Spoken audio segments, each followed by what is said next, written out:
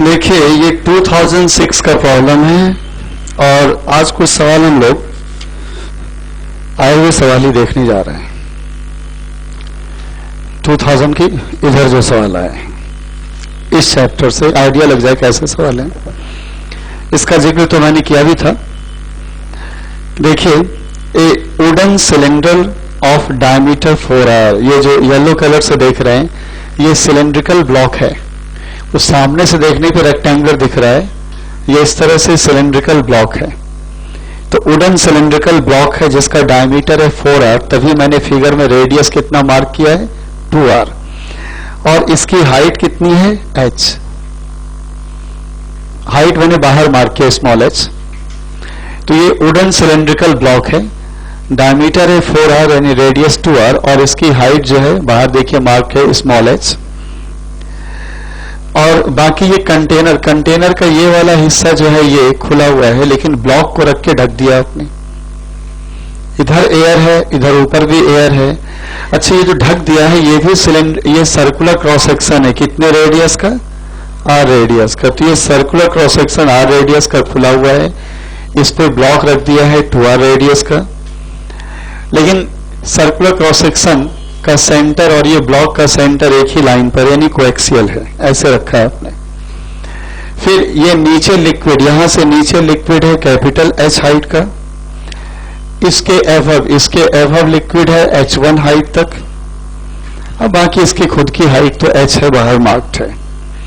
Liquid की density rho है और सिलिंड्रिकल ब्लॉक की डेंसिटी रो बाय 3 है, यानी लिक्विड की डेंसिटी ज्यादा है और इसकी 1/3 इसकी डेंसिटी है। तो लिक्विड की डेंसिटी रो और सिलिंड्रिकल ब्लॉक की डेंसिटी रो बाय 3। अब देखिए पहला पार्ट, इसमें ये कंप्रिहेंशन था, 3 पार्ट्स है इसमें। पहला पार्ट है if level of liquid starts decreasing slowly, ये तो इनिशियल फिगर है, ये लिक्विड लेवल धीरे धीरे डिक्रीज करने लग जाए। The level of liquid start decreasing slowly when the level of liquid is at a height h1 above the cylinder। ये घटते घटते ये हाइट कितना बचता है h1, यानी पहले इससे भी हाइट ज्यादा रहा होगा बिगिनिंग में, तो लिक्विड लेवल इससे जो h1 हाइट से भी ज्यादा रहा होगा। ये लिक्विड की हाइट घटते घटते जब h1 बचता है तो block just starts moving up, block अपने आप उठने लगता है। इसका यह मतलब है कि सिलेंडर का जो टॉप सरफेस है, सिलेंडर के टॉप सरफेस के अभाव लिक्विड की हाइट जब h1 से ज्यादा रहा होगा तो ये उठ नहीं पा रहा होगा। लेकिन ये लिक्विड इससे निकालते जाओ और हाइट कम करते जाओ, जैसे हाइट h1 होता है ये उठने ही वाला है। तो ये पूछ रहे हैं कि हाइट h1 कितना होगा, और 4 ऑप्शन है, चारों h के टर्म में। पहला ऑप्शन 2h/3, दूसरा है 5h/4, तीसरा है 5h/3, चौथा है 5h/2। अच्छा आप तो देखिए पहले हमें क्या लगेगा, ऐसे ही गलतफहमी जो भी हो, कि ब्लॉक की डेंसिटी तो कम है ρ/3, लिक्विड की डेंसिटी ज्यादा है रो, और ये पूरी तरह से लिक्विड में डूबा हुआ है तो इसको फ्लोट करके ऐसे आ जाना चाहिए ऊपर, नहीं आ रहा है। ये आता है ऊपर, लेकिन कब आता है जब इसके टॉप सरफेस से अब लिक्विड की हाइट जो h1 से पहले ज्यादा रहा होगा ये घटाते घटाते कितना कर दें h1 कर दें, तब ये आपका उठने ही वाला है। तो ये h1 क्या होगा। तो मैंने पहले कहा था फोर्स ऑफ बायंसी का कॉन्सेप्ट तो चलेगा नहीं, क्योंकि नीचे पूरी तरह से लिक्विड है।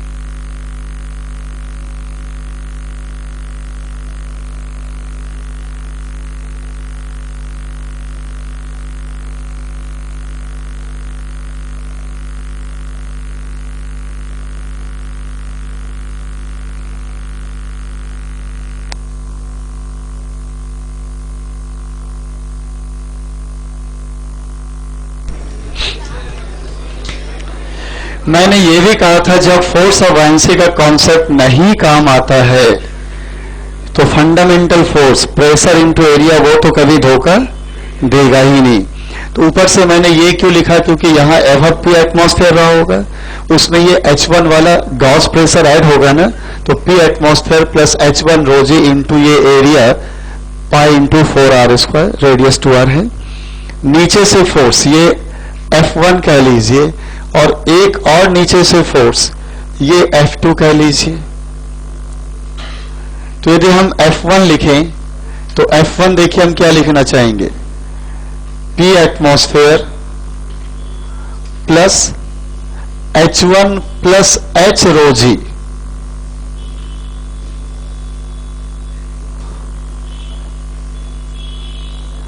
यहां जो प्रेशर होगा ये यहां का एटमॉस्फेरिक प्रेशर प्लस इतने डेप्थ का गॉस प्रेशर ना, तो H1 प्लस H रो जी, ये तो प्रेशर हो गया इनटू क्या हो जाएगा पाई 3r², क्योंकि ये बाहर बाहर एरिया होगा पूरा पाई इंटू 4r², और अंदर से ये पाई r² घटा लेंगे तो ये बाहर बाहर ये एनुलर रीजन बनेगा ना आपका, एनुलर रीजन, उस एनुलर रीजन का एरिया कितना होगा, टोटल एरिया 4 पाई r², अंदर वाला एरिया पाई r² घटा लेंगे तो 3 पाई r² होगा, ये है।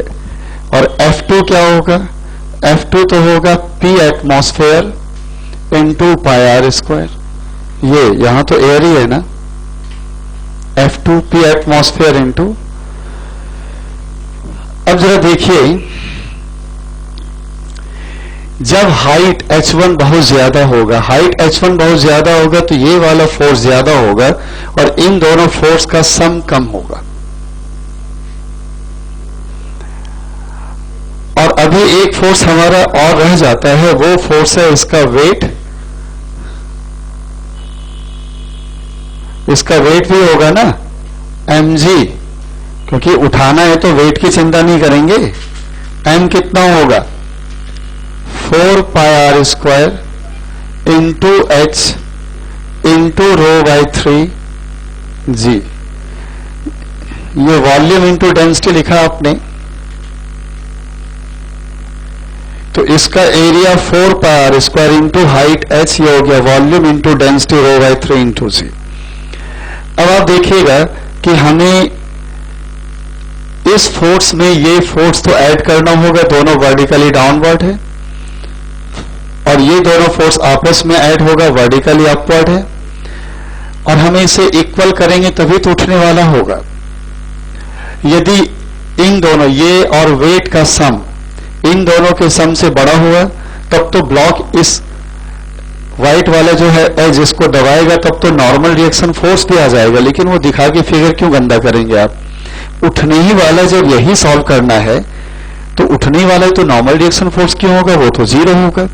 तो आप कहेंगे ये एटमॉस्फेरिक ये जो भी है दिस फोर्स डाउनवर्ड, और ये जो आपका mg डाउनवर्ड, इसे इन दोनों अपवर्ड फोर्स से बैलेंस कराइए, आंसर आ जाएगा। ये फोर्स और ये फोर्स डाउनवर्ड को ऐड कर दीजिए और इन दोनों को ऐड करके इक्वेट कर दीजिए, तभी तो उठने वाला होगा ना। तो डाउनवर्ड फोर्स को अलग ऐड करिए, अपवर्ड फोर्स को अलग ऐड करिए, फिर इक्वेट के देखिए क्या आ रहा है। H1 सॉल्व होना है स्मॉल h के टर्म में।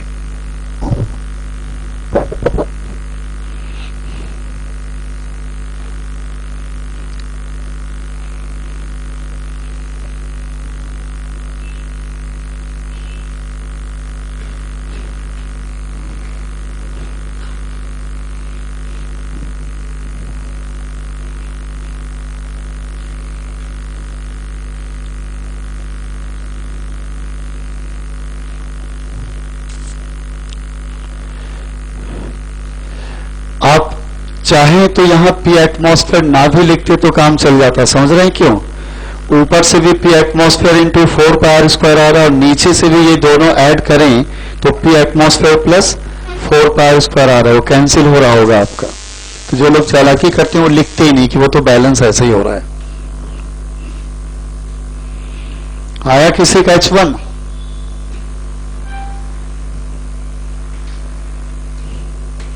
ये ऑप्शन है 2h/3, 5h/4, 5h/3, 5h/2।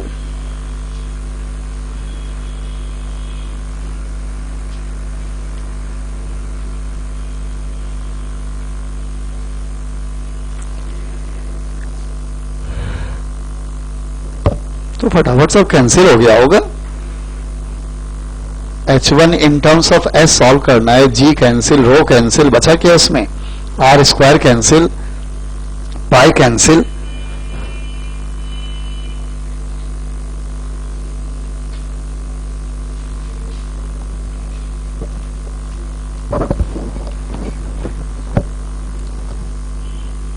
अभी तक नहीं आया है। ग्रेट यार,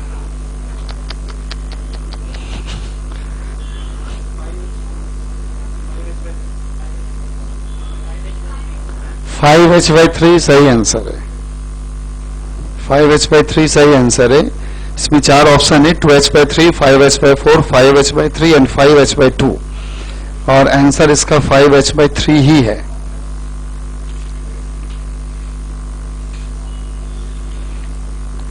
देखिए इसके बाद इसका दूसरा पार्ट जो है, 3 पार्ट से दूसरा पार्ट कह रहे हैं कि हाथ लगा के, हाथ से दबा करके सिलेंडर को ऊपर उठने से रोक दिया कि नहीं उठने दिया। ठीक है, जब ये लिक्विड की हाइट घटते घटते H1 हो गया 5h/3, तो ब्लॉक उठने वाला था, लेकिन हाथ से दबा के रोक दिया कि खबरदार जो उठा। तो let the cylinder is prevented from moving up by applying a force and water level is further decreased. यानी जब वाटर लेवल ये घट के H1 हुआ तो उठने वाला था, इसे हमने रोक दिया उठने से और वाटर लेवल और गिरा दिया। The height of water level H2 figure में कहीं दिखाया गया, जो मैंने नहीं दिखा, भी दिखाता हूं। Then height of water level H2 for which the cylinder remains in original position without application of force, यानी हाथ से लगा के दबा करके उठने से रोक दिया। तो ये कह रहे हैं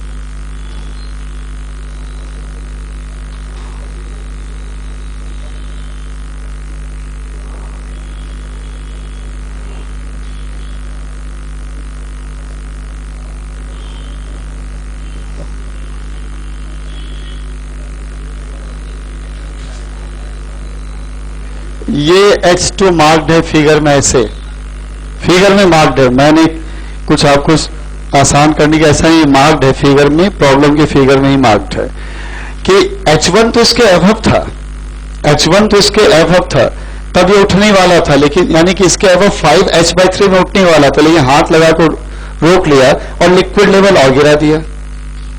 लिक्विड लेवल जब और गिरा देते हैं तो अब आपसे कहा जा रहा है कि ये यदि H2 कितना हो जाए कि अब हाथ हटा भी लें तो ये ना उठे, यानी कम से कम H2 कितना हो या ज्यादा से ज्यादा H2 कितना हो कि हम इसे रोक करके रखने की अब नीड नहीं, कि इससे भी ज्यादा वाटर लेवल गिरा देंगे तो हाथ लगा के उठने से रोकने की नीड नहीं, तो फिर फोर्स बैलेंस होगा, फिर फोर्स बैलेंस होगा नहीं। तो अब कौन कौन सा फोर्स होगा इस पर, P एटमॉस्फेयर वाला हम नहीं दिखाते हैं, कोई जरूरत है क्या, ऊपर से होगा, तो हम सिर्फ वेट दिखाते हैं।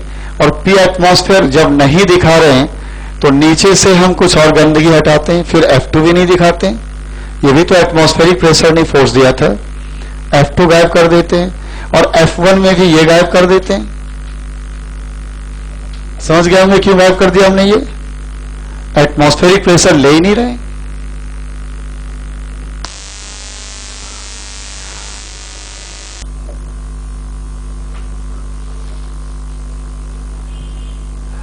और ये आपका जो नीचे से फोर्स F1 है ये भी अब चेंज हो चुका है। कितना लिखेंगे आप, सिर्फ ये H1 प्लस ये करते हुए ना लिखेंगे, इसमें भी आपका वैल्यू चेंज हो गया है। कितना हो गया है ये चेंज होके, अब तो सिर्फ H2 ρg इंटू 3πr²।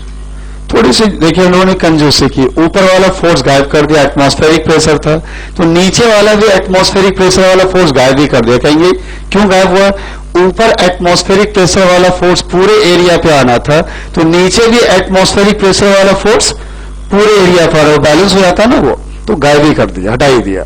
और अब आप कहेंगे इसका वेट हो गया और नीचे से ये फोर्स हो गया, और बैलेंस करा दीजिए, तो ये बैलेंस हो जाएगा। तो क्यों उठेगा? ये कब उठता है? जब ये बड़ा होता और ये छोटा होता, वेट कम होता और नीचे से ये फोर्स ज्यादा होता, उठा लेता। तो आप कहेंगे ये कितना S2 कर दें कि अब उसे उठने से रोकने के लिए हाथ वाथ ना लगाएं, तो इसको बैलेंस करा दी। देखिए क्या आता है S2। फिर आपके ऑप्शन में सुना देता हूं। ऑप्शन ए है H/3, बी है 4H/9, लीजिए 4H/9, बाकी C 2H/3, DH है। इसके बाद 155, सॉरी ये थर्ड नंबर पर स्वीकार कोई फायदा नहीं। थर्ड, इफ हाइट H2, जो H2 देख रहे हैं, if height H2 of water level is further decrease, ये थियोरेटिकल ऑब्जेक्टिव है, कुछ सॉल्व नहीं करना, जवाब आपको देना है। If height H2 of water level is further decreased, then cylinder will not move up and remains at its original position, पहला ऑप्शन। दूसरा option, for H2 equals to H/3, cylinder again starts moving up। तीसरा option, H2 equal to H/4, cylinder again starts moving up, and H2 equals to H/5, cylinder again starts moving up। सोचिए अभी अभी आपने ये S2 कितना solve किया है, 4H/9। उसके बाद S2 और घटाएंगे तो F1 तो घटने लगेगा ना, फिर उठेगा कैसे ये? अभी तो बैलेंस कराया ना आपने इसे बैलेंस कराया है, तब जाके S2 मिला 4H/9। उसके बाद और घटाएंगे तो ये उठाने वाला फोर्स तो और कमजोर पड़ जाएगा ना। तो इसका पहला ऑप्शन ही सही होना चाहिए ना, cylinder will not move up and remains at its original position. क्यों मूव करेगा? और ये बाकी तीन ऑप्शन फालतू के हैं कि S2 H/3 हो जाए, या S2 H/4 हो जाए, या S2 H/5 हो जाए तो फिर से सिलेंडर उठने लगेगा। बेवकूफी है, कम करने से तो F1 और कम हो जाएगा, तो उठाएगा कौन इसे? देखिए इसके बाद ये तो इसके एक सवाल के तीन हिस्से थे।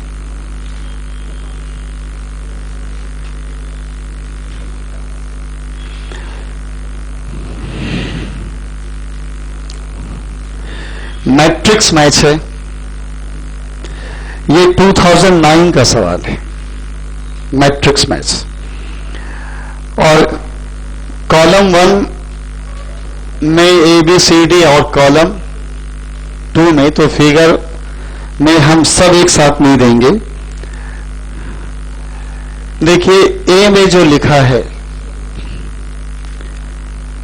The force exerted bye X on Y, कहीं X और Y है क्या? तो इधर 4 फिगर है। फिगर क्या क्या देखिए,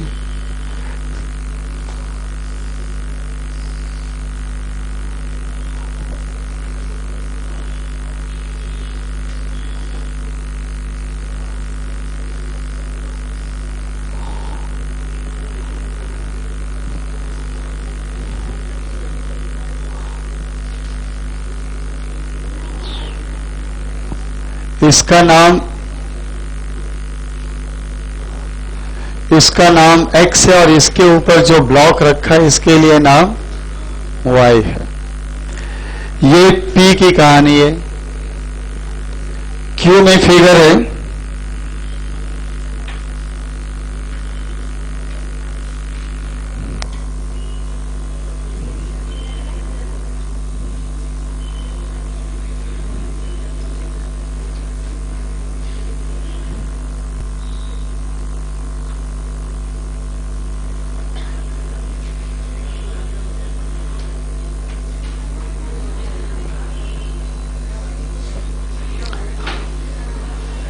देखिए ये फिगर क्या है,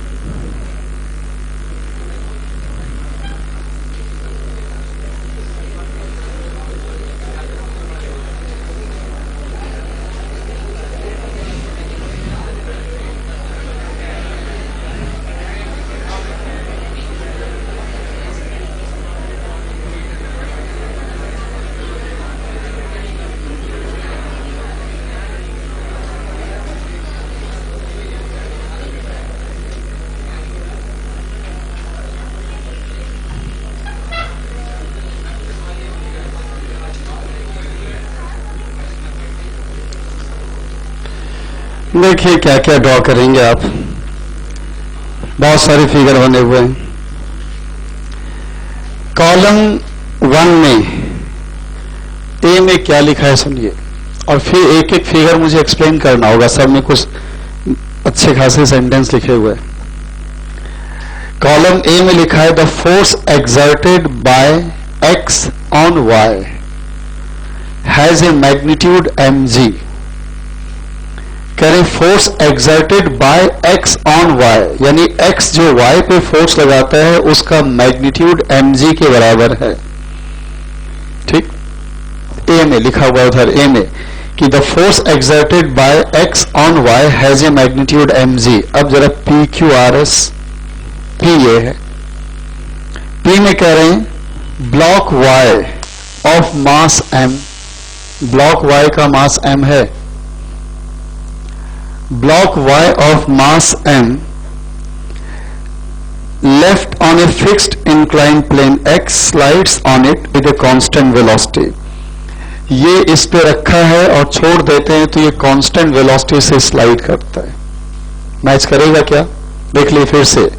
इधर क्या कह रहे हैं, इधर कह रहे हैं force exerted by X on Y, X जो वाई पे फोर्स लगाता है वो वेट mg के मैग्नीट्यूड के बराबर है। और इधर पी में कह रहे हैं कि ये जो ब्लॉक है m मास का, ये इंक्लाइन प्लेन पे रखा है, m को y कहा है, इंक्लाइन प्लेन को x कहा है।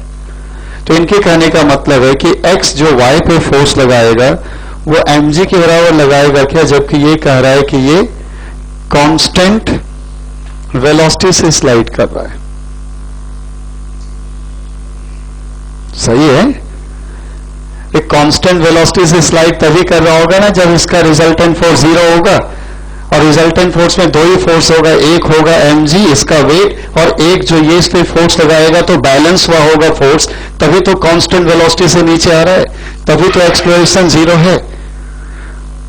है ना। अच्छा, ऐसे नहीं समझ में आता है, कोई दूसरा तरीका, इसमें दो फोर्स ऐसे दिखाइए। आप ऐसे कह लेंगे कि ये जो एक्स वाई पे लगाएगा नॉर्मल रिएक्शन फोर्स, देखिए एक्स वाई पे नॉर्मल रिएक्शन फोर्स n लगाएगा। ये लिक्विड वाला इसलिए है कि दो सवाल यहां है, लिक्विड का सही, ये मिक्स प्रॉब्लम है, अलग अलग चैप्टर से मिक्स होके बना है, वरना यहां लिक्विड क्या कर रहा है, कुछ नहीं।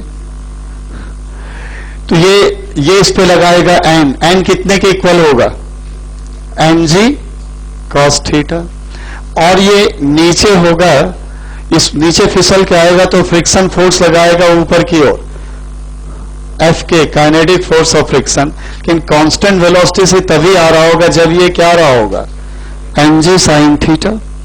तो बताइए x ने y पे दो फोर्स लगाया है, x ने y पे एक फोर्स लगाया है normal reaction force mg cos theta, और x ने y पे फ्रिक्शन फोर्स लगाया है mg sin थीटा।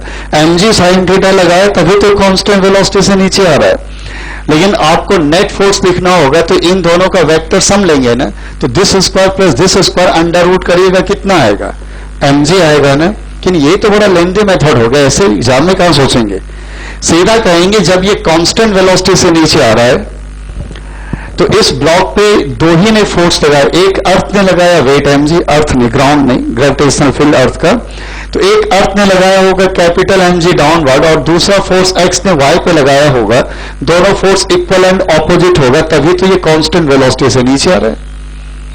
तो यानी ये जो a है p से मैच कर रहा है। अब देखिए q में क्या है, q इसमें करें टू रिंग मैग्नेट्स, ये कौन, y and z, ये मैग्नेट की रिंग है y and z, two ring magnets y and z each of mass m, दोनों का मास कैपिटल m है, इसका भी, are kept in frictionless vertical plastic stand, ये ग्रीन कलर वाला जो है प्लास्टिक का स्टैंड है, नॉन मैग्नेटिक मटेरियल, ठीक है ना। तो ये दो मैग्नेटिक रिंग है, दोनों का मास इक्वल है कैपिटल M, और ये प्लास्टिक रिंग में यूं फंसा दिया है, are kept in frictionless vertical plastic stand so that they repel each other, एक दूसरे को रिपेल कर रहा है, ये इस पे फोर्स ऊपर लगा रहा होगा, ये इस पे फोर्स नीचे लगा रहा है, दे repel each other, y rests on the base x, यानी ये जो y है ये y बेस पे रेस्ट कर रहा है। इस फिगर में ऐसा नहीं बना है, लेकिन सेंटेंस में लिखा है। फिगर जैसा मैंने बनाया था वही बना हुआ था, लेकिन सेंटेंस में लिखा है कि आपसे कहा जा रहा है y rests on base x। ये जो ये बेस है ना, ये बेस x है, यानी ये बेस x है, उस पे ये रॉड है प्लास्टिक का, उसमें दो रिंग है, मैग्नेटिक रिंग y और z, लेकिन y तो उसी पे रखा है।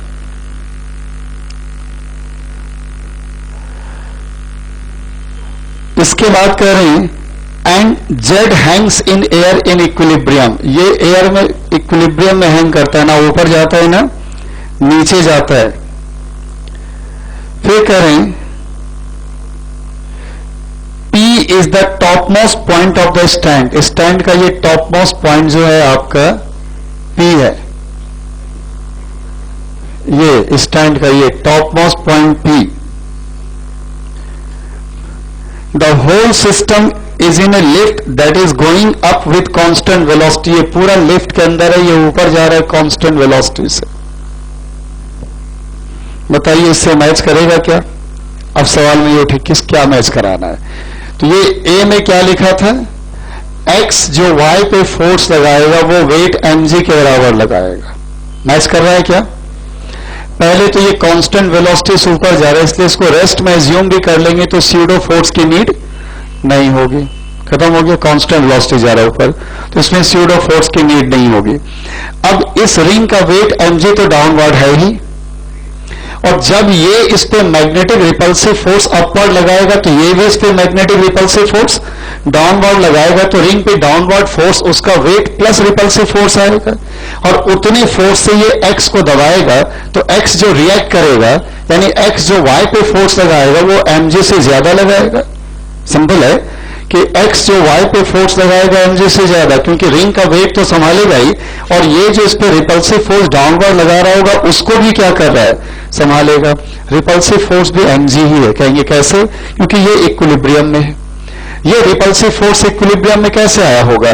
ये जो इस पे रिपल्सिव फोर्स लगाया होगा वो रिपल्सिव फोर्स इसके वेट को संभाला होगा, यानी इस पे रिपल्सिव फोर्स वेट के बराबर, तो ये भी इस पे रिपल्सिव फोर्स क्या लगाएगा, वेट के बराबर, यानी इस पे 2mg डाउनवर्ड एक्ट करेगा। एक इसका खुद का वेट mg और रिपल्सिव फोर्स भी वेट mg के बराबर है 2mg, तो ये इसको दबाएगा 2mg से, तो ये रिएक्ट भी कितने से करेगा, 2mg से। इसलिए x जो y पे फोर्स लगाएगा mg नहीं, कितना लगाएगा, 2mg, और ये आपका a से मैच नहीं कर रहा है। R इसमें है एक पुली y, ये पुली का नाम y है, और पुली जिस ये हैंडल पे स्टैंड पे है ना, ये clamp, a pulley y of mass m0, pulley y, ये पुली y है, इसका मास m0 है, is fix to a table, table से फिक्स्ड है, थ्रू ए क्लैंप x, ये x है। x इंपॉर्टेंट है क्योंकि आपसे बार बार क्या मैच कराना है, x y पे कितना फोर्स लगाएगा mg, यही तो मैच कराना है ना। तो ये जो क्लैंप है, जिस क्लैंप से पुली टेबल से अटैच्ड है, ये क्लैंप को इन्होंने कहा है x और पुली को कहा है y। पुली का खुद का मास है m0, और ये जो ब्लॉक हैंग कर रहा है ये है कैपिटल M, इसका मास m0, ये कैपिटल M। साथ साथ और ये पूरा लिफ्ट के अंदर है, lift is going downward with constant velocity, lift नीचे जा रहा है विद कांस्टेंट वेलोसिटी।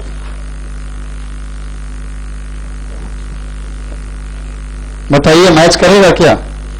क्लैंप कौन है, x, पुली कौन है, y, तो क्लैंप पुली पे mg फोर्स लगाएगा नहीं, क्यों? देखिए जब कांस्टेंट वेलोसिटी से ऊपर जा रहे हैं तो स्यूडो फोर्स तो होगा नहीं, तो आप कहेंगे इसका जो वेट होगा mg, इसी का मास है कैपिटल M, इसका जो वेट होगा mg उतना ही क्या आएगा, टेंशन, और जब हम टेंशन दिखाएंगे तो ये इस तरह से आएगा TNT।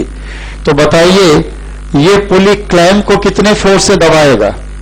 यदि मैं अलग से फिगर बनाऊं कि ये क्लैंप है तो उसका वेट m0g है, ये तो क्लैंप पे आएगा ही, और साथ साथ ये T और T, यानी ऐसे T√2 भी आएगा, T अकेले ही mg है तो T√2 तो mg√2 होगा, साथ में m0g भी होगा।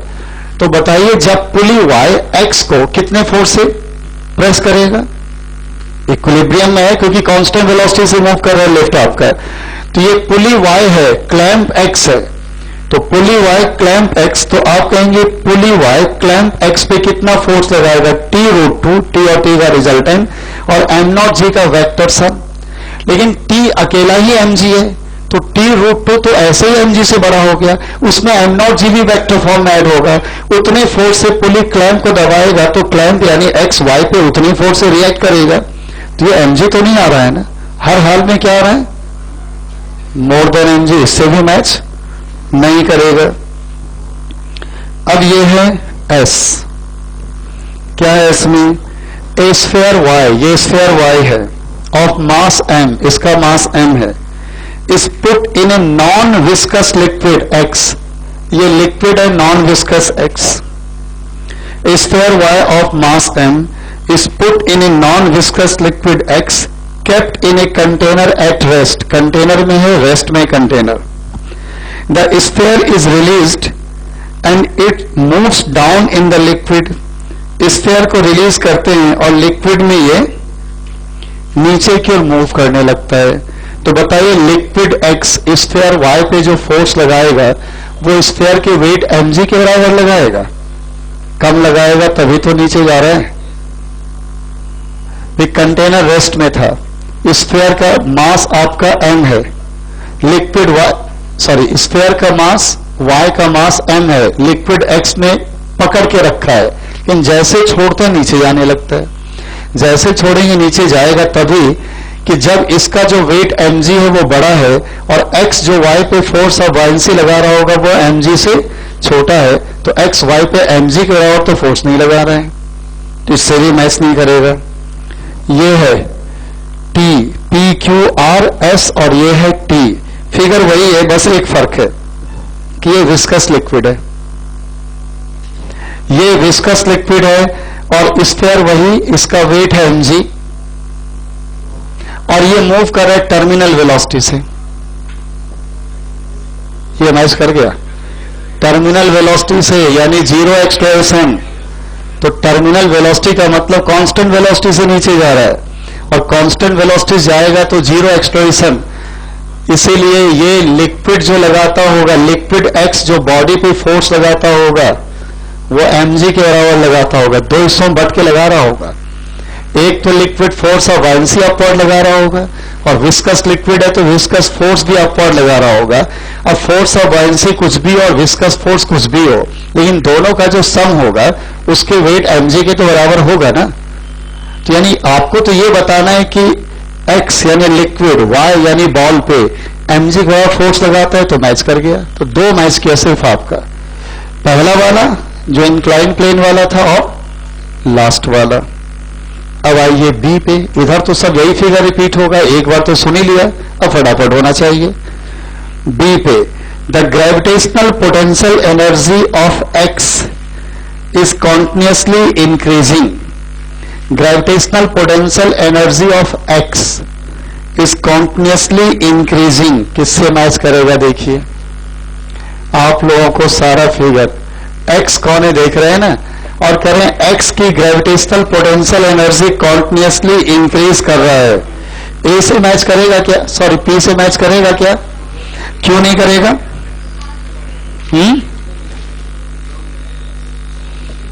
वे एक्स तो मूव ही नहीं कर रहा है, फिक्स्ड इंक्लाइन प्लेन है। तो एक्स जब फिक्स्ड इंक्लाइन प्लेन है तो फिक्स्ड इंक्लाइन प्लेन ना ऊपर होगा ना नीचे होगा, तो उसके लिए कैसे ग्रेविटेशनल पोटेंशियल एनर्जी आपका घटेगा या बढ़ेगा? तो gravitational potential energy of x is continuously increasing. तो पी से तो मैच नहीं किया, क्यू से, क्यू से करेगा क्योंकि पूरा सिस्टम ही ऊपर जा रहा है तो एक्स भी ऊपर जा रहा है, तो एक्स के लिए ग्रेविटेशनल पोटेंशियल एनर्जी इंक्रीजिंग है। और आर में ये पूरा लिफ्ट सिस्टम नीचे आ रहा है और क्लैंप है एक्स, तो डिक्रीज करेगा, बेकार हो गया। फिर S, gravitational potential energy of x is increasing. X क्या है? लिक्विड है, बताइए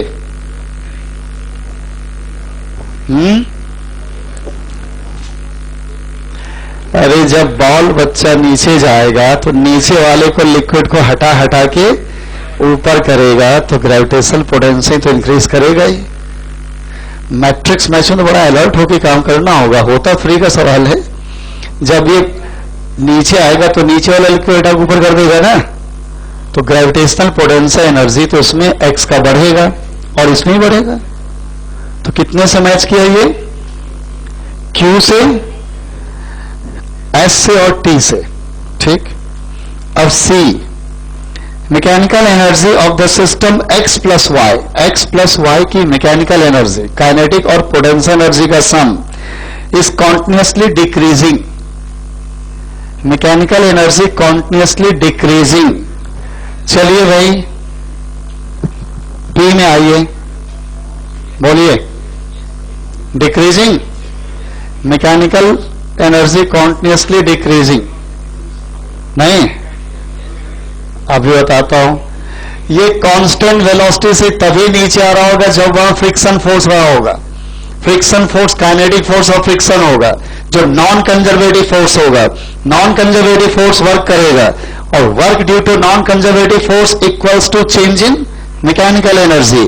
kinetic force of friction always negative work करता है, तो kinetic force of friction negative work करेगा तो नॉन कंजर्वेटिव फोर्स के कारण वर्क नेगेटिव होगा और वर्क इक्वल्स टू होता है चेंज इन मैकेनिकल एनर्जी। तो change in mechanical energy negative होगा, यानी मैकेनिकल एनर्जी घट रहा होगा। तो यानी पी में मैच कर रहा है कि एक्स प्लस वाई जो सिस्टम है इसकी मैकेनिकल एनर्जी कॉन्टिन्यूसली डिक्रीज कर रहा है। वर्क एनर्जी थ्योरम 3 पढ़े थे आप लोग। एक वर्क एनर्जी थ्योरम था total work due to all the forces equals to change in kinetic energy. दूसरा था work due to non conservative force plus pseudo force plus other force, यानी short में कहिए तो work due to all the forces other than conservative forces equals to change in mechanical energy। और तीसरा था work due to internal conservative force equals to change in potential energy with negative sign। ये 3 था। यहां कौन सा fit बैठ रहा है? जब हम मैच कराना चाह रहे हैं पी से कि यहां पे मैकेनिकल एनर्जी कह रहे हैं कि लगातार डिक्रीज कर रहा है, ये हमें मैच कराना था, तो बिल्कुल कर रहा है। उसमें स्यूडो फोर्स तो है नहीं पी में, अदर फोर्स भी वर्क कर नहीं रहा है, वर्क कर रहा है फ्रिक्शनल फोर्स। कहेंगे एमजी भी वर्क कर रहा है, वो तो कंजर्वेटिव फोर्स है, उसके वर्क पे क्यों ध्यान दे रहे हैं? तो friction force non conservative force है, वो नेगेटिव वर्क कर रहा है, तो change in mechanical energy negative होगा, यानी मैकेनिकल एनर्जी कॉन्टिन्यूसली क्या होगा? डिक्रीज करेगा। अब जरा देखिए क्यू से। क्यू में बताइए मैकेनिकल एनर्जी कॉन्टिन्यूसली डिक्रीज कर रहा है तो ऊपर जा रहा है और सब अपनी अपनी जगह रुका हुआ है, कोई चल फिर भी नहीं रहा है, नहीं, और ये ऊपर जा रहा है। तो काइनेटिक एनर्जी कांस्टेंट और ग्रेविटेशनल पोटेंशियल एनर्जी बढ़ता ही जा रहा है ना। इसमें काइनेटिक एनर्जी कांस्टेंट है क्योंकि कांस्टेंट वेलोसिटी से पूरा सिस्टम ऊपर जा रहा है और ऊपर जाने का मतलब ग्रेविटेशनल पोटेंशियल बढ़ेगा, तो इन दोनों का सम मैकेनिकल एनर्जी बढ़ रहा है ना, घट तो नहीं रहा है ना, तो वो मैच नहीं किया।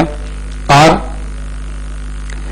ये पूरा सिस्टम नीचे जा रहा है, पूरा सिस्टम नीचे जा रहा है। देखिए वेलोसिटी कांस्टेंट है तो काइनेटिक एनर्जी कांस्टेंट, लेकिन ग्रेविटेशनल पोटेंशियल एनर्जी डिक्रीज कर रहा है, इसलिए मैकेनिकल एनर्जी डिक्रीज कर रहा है। ये इसमें ऐसा है कि जब ये नॉन विस्कस लिक्विड है, नॉन विस्कस लिक्विड में कौन वर्क करेगा?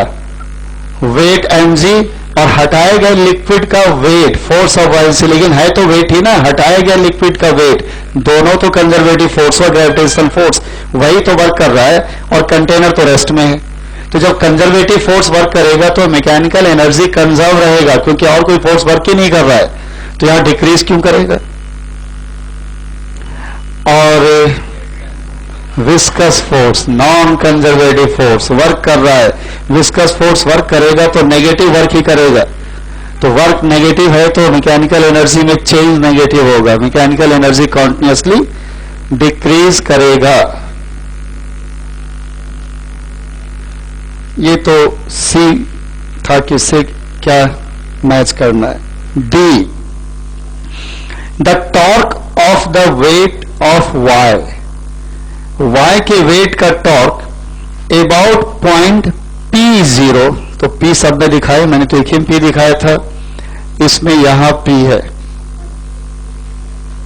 इसमें यहां P है, इसमें यहां P है, इसमें यहां P है,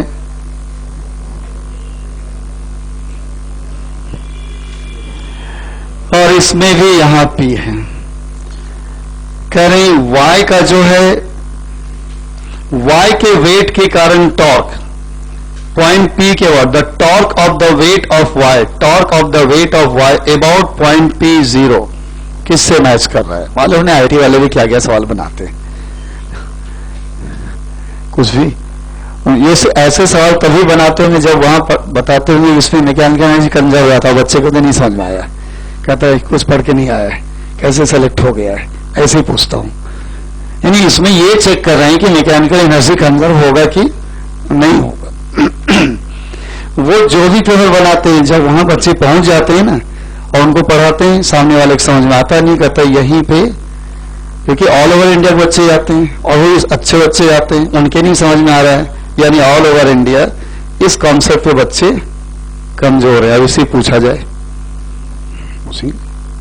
यही रीजन है कि जो इंस्ट्रूमेंट है, स्पेरोमीटर और ये स्क्रू गेज, स्लाइड कैलिपर्स, ये कभी आईटी का सिलेबस नहीं था। वहां लैब में गए, हैंडल करना नहीं आ रहा है, क्या ये ले भाई वर्नियर कैलिपर, ये होता क्या है? सुना था, हाई स्कूल में देखा था, फिर उसके बाद सोचा नहीं इसके बारे में कुछ। और कुछ ऐसे कोचिंग वाले स्कूल बंद करा के खाली कोचिंग कराते हैं कोटा में, तो स्कूल जाएंगे तो लैब का दर्शन होगा नहीं। यही सब तो रीजन है कि जो कहा कि नहीं बोर्ड के एग्जाम के मार्क्स कभी हम ऐड करेंगे, क्योंकि ये सब को नेग्लेक्ट करने, प्रैक्टिकल कोचिंग वाले तो कराएंगे नहीं, स्कूल आप जाएंगे नहीं। तो सब कुछ देख करके फिर जनरल फिजिक्स नाम का टॉपिक बनाया कि नहीं ये भी पूछेंगे, वरना वहां तो लैब में कितने इंस्ट्रूमेंट को हैंडल करना है, और ये माइक्रोमीटर वगैरह हैंडल नहीं हो रहा है। देखिए तो बताइए, पहले ए में Y के वेट के कारण टॉर्क P के अबाउट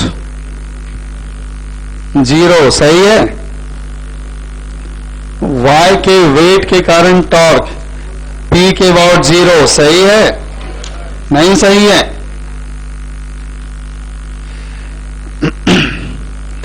क्यों? P का साइज दिया है, मोटा पतला है, अरे पॉइंट मास लेके सॉल्व करना है। हाइट वाइट दिया है क्या? नहीं ना। ये तो मैं फिगर ऐसे दिया है, लेकिन इसका कोई साइज तो नहीं दिया है ना। आपका साइज दिया होता है, थोड़ा ऊपर से जाता है तो हम कहते हैं टॉर्क देगा वेट, ठीक है ना। तो Y के वेट के कारण टॉर्क P के अबाउट 0, क्योंकि mg नहीं 0, sorry, the torque of the weight of Y about point P0, 0 weight के कारण टॉर्क पॉइंट P के अबाउट। चलिए, तो पॉइंट P के अबाउट वेट के कारण टॉर्क, वेट mg, तो ऐसे एक्ट करेगा। P से पास कर रहा है क्या? नहीं ना, तो नहीं कर रहा है तो टॉर्क 0 नहीं होगा। चलिए, फिर Q से जहां 0 होगा वही आपको मैच कराना है। देखिए Q नहीं करना है, सॉरी, Y के वेट का टॉर्क P के अबाउट, तो Y का वेट mg डाउनवर्ड जो एक्ट करेगा, पास ऊपर एक्सटेंड करेंगे, P से पास कर जाएगा ना, तो वो टॉर्क 0, तो Q से मैच कर रहा है। फिर आपका है, देखिए यहां पर P के अबाउट, Y कौन है? पुली है, तो पुली का वेट P से पास कर रहा है क्या? तो ये टॉर्क 0 नहीं होगा। फिर यहां देखिए Y बॉल है, बॉल का वेट P से पास कर रहा है क्या? टॉर्क 0 नहीं होगा। यहां भी वेट P से पास कर रहा है, टॉर्क 0, एक से मैच कर रहा है सिर्फ, किससे? इतने आसान भी आते हैं। लेकिन जब ये 2009 में मैट्रिक्स मैच वगैरह आ रहा था, ये बाद में आपके यहाँ थोड़ा सुधार किया है कि जब आ रहा, जानते क्या खेल था? ऑल करेक्ट ऑप्शन सही होनी चाहिए, एक भी गलत तो 0 मार्क्स। अब तो ये कर दिया गया कि जितने आप सही कर लेंगे, उसके अकॉर्डिंग प्रोपोर्शन में मार्क्स दिए जाते हैं। पहले नहीं था, सारे सही ऑप्शन मैच करने चाहिए तो मार्क्स मिलेंगे, अदरवाइज जीरो। नेगेटिव मार्किंग नहीं था लेकिन इस पे तो आपको लग रहा है बड़ा आसान ही टॉर्क, कहीं भी चूक हो गई एक में भी तो सारे मार्क्स गए। तो ये उस वक्त चल रहा था।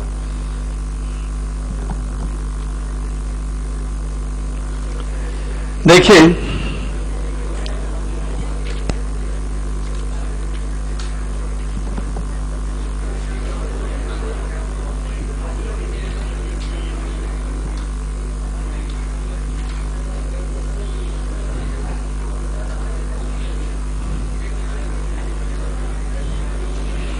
ये सवाल आप लोग करेंगे क्योंकि आप कर सकते हैं।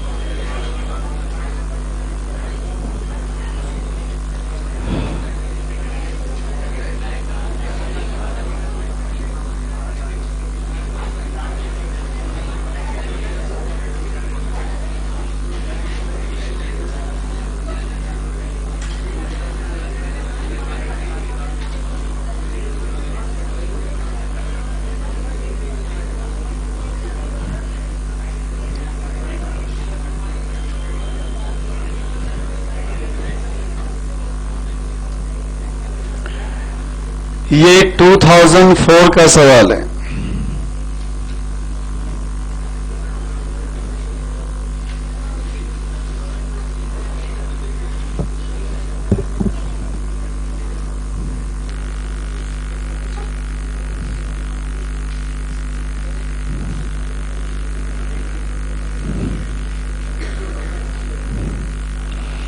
देखिए ये इंजेक्शन वाला सिरिंज है आपका, ठीक है ना।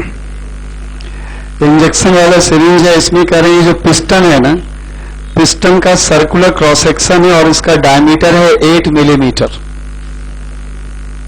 पिस्टन जो पीछे है उसके वो सर्कुलर क्रॉस सेक्शन है, डायमीटर है 8 मिलीमीटर।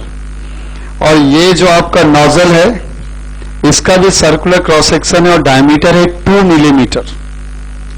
फ्री का सवाल है, कौन सबसे पहले सॉल्व करता है ये इंपॉर्टेंट होगा कि ये इसका सर्कुलर क्रॉस सेक्शन का डायमीटर 2 मिलीमीटर, इसका सर्कुलर क्रॉस सेक्शन का डायमीटर 8 मिलीमीटर, यानी इस डायमीटर का ये 1/4 टाइम्स। फिर ये हाइट, ग्राउंड से ये हाइट है 1.25 मीटर नोजल की हाइट, और पीछे पिस्टन को धक्का लगा रहे हैं with constant velocity. Piston slowly आगे बढ़ रहा है, कितनी स्पीड से? पिस्टन स्लोली आगे बढ़ रहा है 0.25 मीटर पर सेकेंड की स्पीड से। तो आपको बताना है ये रेंज कितना होगा। प्रोजेक्टाइल है, G10 लेना है, G10 metre per second square, ये रेंज पूछ रहे हैं।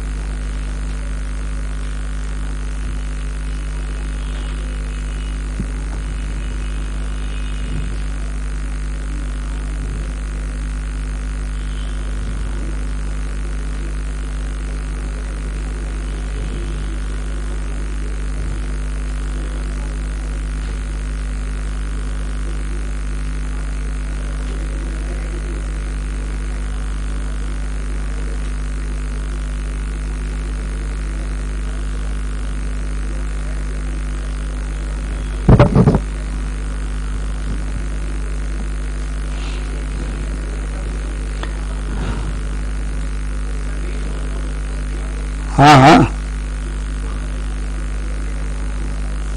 किसका आंसर आया? 0.5 मीटर। यहां आंसर 2 मीटर लिखा हुआ है।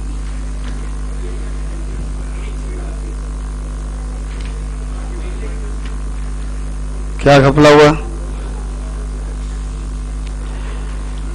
देखिए कितना आसान था, यदि इसमें आंसर गड़बड़ किया तो वही अच्छी बात नहीं है। बहुत दिन से नाराज भी नहीं, आज हो जाऊंगा मैं ढंग से। देखिए आपसे कहा जा रहा है ये डायमीटर, इस डायमीटर का 1/4 है, ये 8 मिलीमीटर, ये 2 मिलीमीटर, तो ये रेडियस, इस रेडियस का क्या होगा? 1/4 होगा। तो ये एरिया इस एरिया का 1/16 टाइम्स होगा। तो ये वेलोसिटी इस वेलोसिटी का 16 टाइम्स होगा। ए इंटू वी कॉन्स्टेंट नहीं भाई, ये डायमीटर इस डायमीटर का 1/4, तो ये रेडियस इस रेडियस का 1/4, तो ये एरिया इस एरिया का 1/16 टाइम्स, तो ये वेलोसिटी इस वेलोसिटी के 16 टाइम्स, तो इसको 16 से मल्टीप्लाई करिए। अब आ रहा है?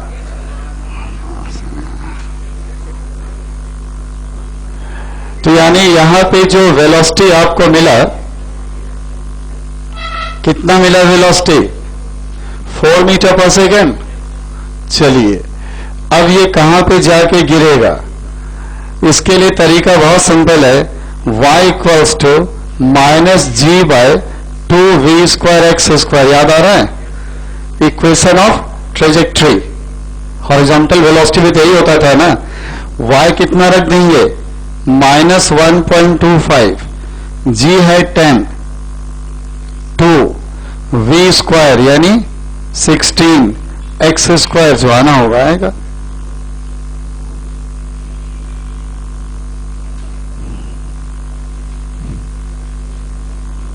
आगे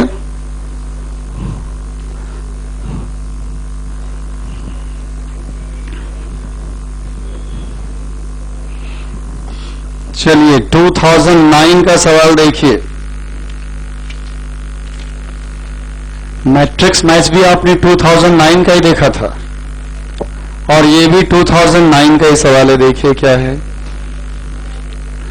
कोई फिगर नहीं दिया है इसलिए मैं सवाल बोलता हूं, फिगर आप सोचिए। A cylindrical vessel of height 500 millimetre, cylindrical vessel of height 500 millimeter has an small hole at its bottom. उसके बॉटम में बहुत छोटा सा होल है, small hole at its bottom. The hole is initially closed and water is filled in it up to height h. कह रहे हैं कि होल को पहले बॉटम पे बंद कर रखा है और इसमें आपने वाटर फिल किया हाइट h, कैपिटल H. अब करें ऊपर टॉप को सील कर दिया, खुला हुआ था सील कर दिया. सिलिंड्रिकल कंटेनर का टॉप ओपन था, उसको सील कर दिया, ढक्कन से बंद कर दिया, एयर टाइट ढक्कन से बंद कर दिया. और नीचे जो बॉटम बंद कर रखा था उसको खोल दिया. तो लिक्विड क्या होने लगता है? बाहर आने लगता है. लेकिन आते आते now the top is completely sealed with a cap and small hole at the bottom is opened. Some water comes out from the small hole and water level in the vessel becomes steady with height of water column being 200 millimeter. 200 millimeter जब water column का height घट के हो जाता है तो water निकलना बंद हो जाता है, वह तब नहीं निकलेंगे, टपकना बंद हो जाता है. तो बताइए, find the fall in height of water level due to opening of a small hole. देखिए क्या आप समझ पाए? मैं आपकी थोड़ी हेल्प करता हूं.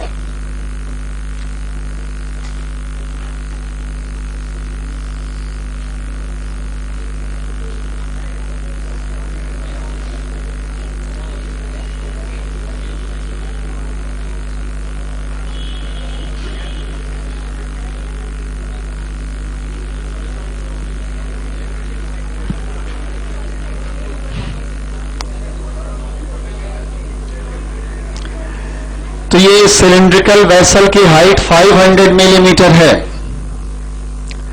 इसमें आपने लिक्विड फिल किया कितनी हाइट तक?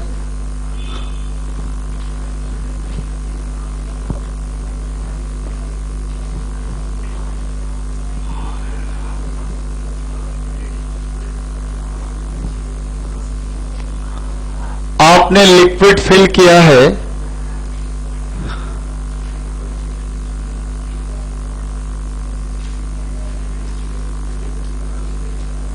ये h हाइट तक, ये लेकिन h मालूम नहीं क्या है, h हाइट तक लिक्विड फिल किया। जब फिल किया तो नीचे इसे फॉर द टाइम बीइंग बंद कर दिया है स्मॉल होल को। तो वाटर इतनी हाइट तक फिल किया, नीचे स्मॉल होल को बंद कर दिया। अब आप क्या करते हैं, वाटर फिल करने के बाद ऊपर से भी ढक्कन बंद कर देते हैं, फिर बंद कर दिया और नीचे से इसे खोल दिया। वाटर टपकना स्टार्ट हुआ, घटते घटते इतनी हाइट कम होगी वाटर की घटते घटते कि जब ये हाइट कितना बचता है, ये 200 मिलीमीटर, तो वाटर टपकने से मना कर देता है, कहता अब नहीं बाहर जाऊंगा। तो बताइए ये कितने हाइट से टपका है, यानी ये पूछा है, यानी h-200 कितने से हाइट डिक्रीज किया। लेकिन सवाल ये उठता है कि ये सॉल्व करने के लिए h ही तो सॉल्व करना होगा, कहां तक फिल किया था। कुछ पकड़ में आया, कुछ पकड़ में आया कि जब आपने फिल किया होगा तो ऊपर में एयर ट्रैप हो गया होगा, एटमॉस्फेरिक प्रेशर में ट्रैप हो गया होगा, और जब बंद करके टपकने दिया तो अंदर जो एयर ट्रैप हो गया वो एक्सपेंड होने लग गया, तो एयर प्रेशर घटने लग गया। तो कहीं इतना सा प्रेशर घट जाए कि नीचे वाला एटमॉस्फेरिक प्रेशर उसे क्या कर ले, संभाल ले कि भाई हम आपको बाहर निकलने नहीं देंगे, तो ही टपकना बंद कर दिया होगा। तो देखिए कैसे हो सकता है। इसमें जो फर्दर इंफॉर्मेशन है वो क्या है, एटमॉस्फेरिक प्रेशर गिवन है 1.0 into 10⁵ newton per metre square. Density of water है 1000 किलोग्राम पर मीटर क्यूब, जी है 10 मीटर पर सेकंड स्क्वायर। तो देखिए ऐसा है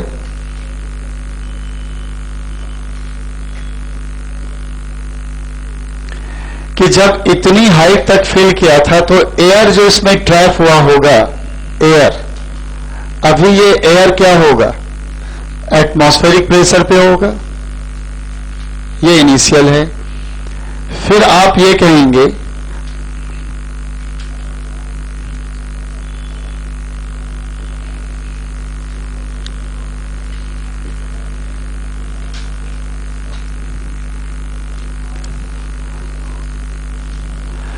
अब आप ये कहेंगे कि आपने इसे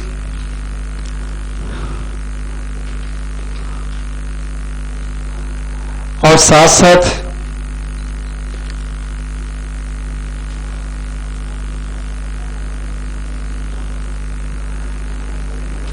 ये कितना रहा अब 200 मिलीमीटर, यही गैस अंदर फैल गया और लिक्विड बाहर निकलने से मना कर दिया। तो बताइए कैपिटल H नहीं पूछा गया, पूछा गया है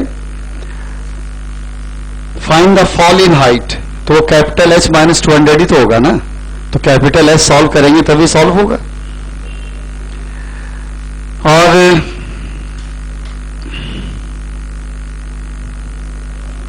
देखिए कैसे हो सकता है,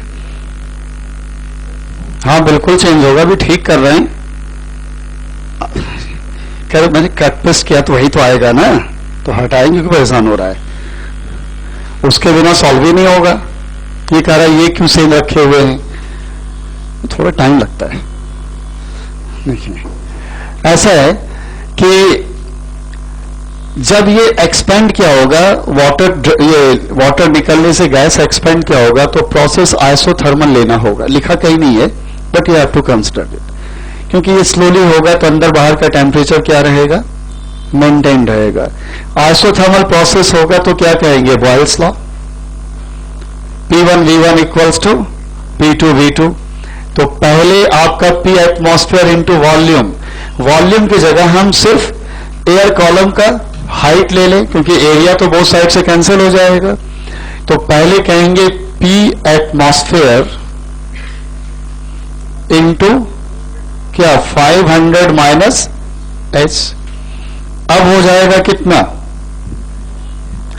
अब इसका प्रेशर मान लीजिए P, तो प्रेशर P इंटू 300, 500 माइनस 200 नहीं।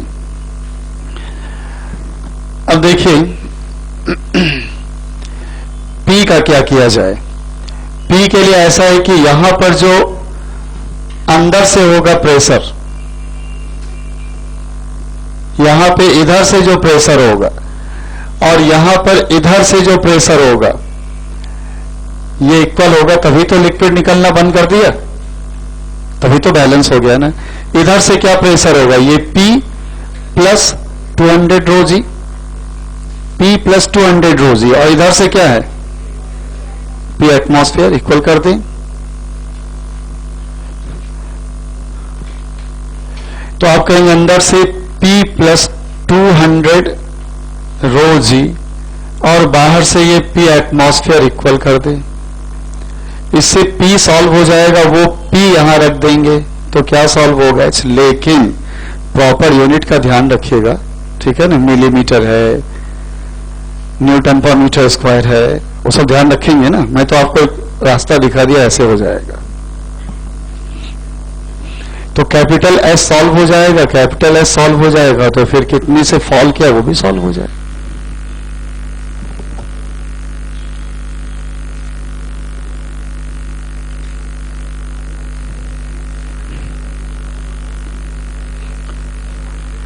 $2003 का एक सवाल है।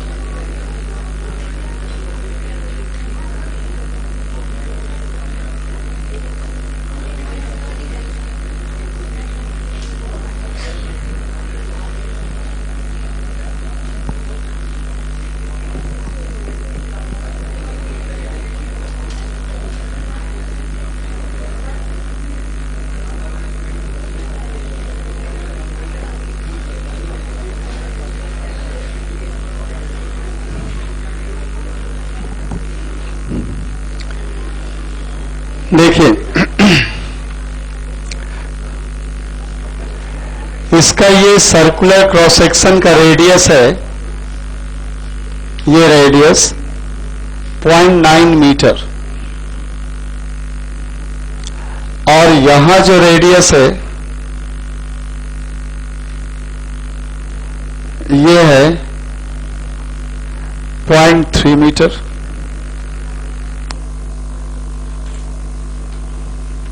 यहां से यहां तक की हाइट h है।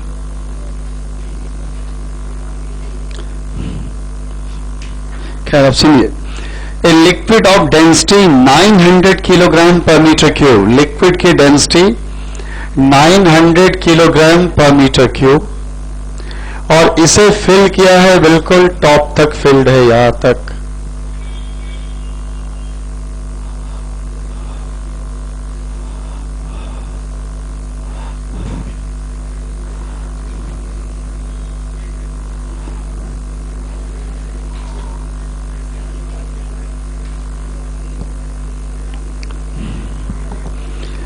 तो देखिए, liquid of density 900 kilogram per metre cube is filled in a cylindrical tank of upper radius 0.9 metre and lower radius 0.3 metre. A capillary tube of length L is attached at the bottom of the tank as shown in the figure. ये capillary tube है, horizontal capillary tube, जो tank के bottom पे attached है.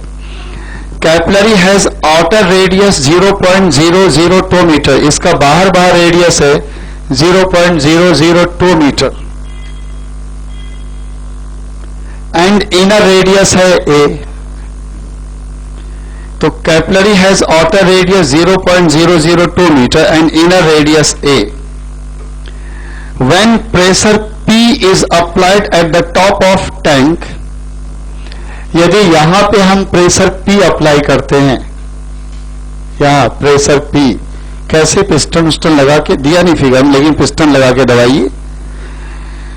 तो when pressure P is applied at the top of the tank, volume flow rate of liquid is 8 into 10 to the power minus 6 metre cube per second. जब यहां pressure P लगाते तो यहां से जो लिक्विड निकलता है उसके लिए rate of flow of liquid है 8 into 10 to the power 6 metre cube per second. dV upon dt, rate of flow of liquid. And if capillary tube is detached, capillary tube को हटा दीजिए. If capillary tube is detached, the liquid comes out from the tank with a velocity of 10 metre per second. Tube काट के हटा देते हैं तो liquid बाहर आता है इतने मीटर पर सेकेंड से.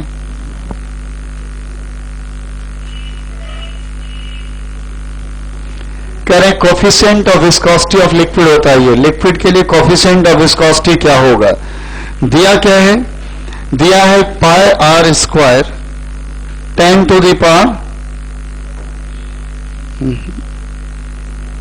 पाई ए स्क्वायर, नॉट आर.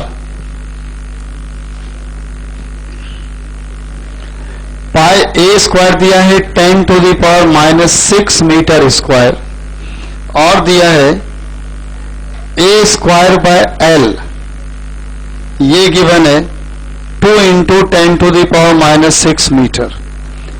शायद आपको इसी फॉर्म में ए की नीड होगी, तभी आईटी वालों ने ऐसे दिया है कि गिवन है pi A square 10 to the power minus 6 metre square and A square by L है 2 into 10 to minus 6 metre.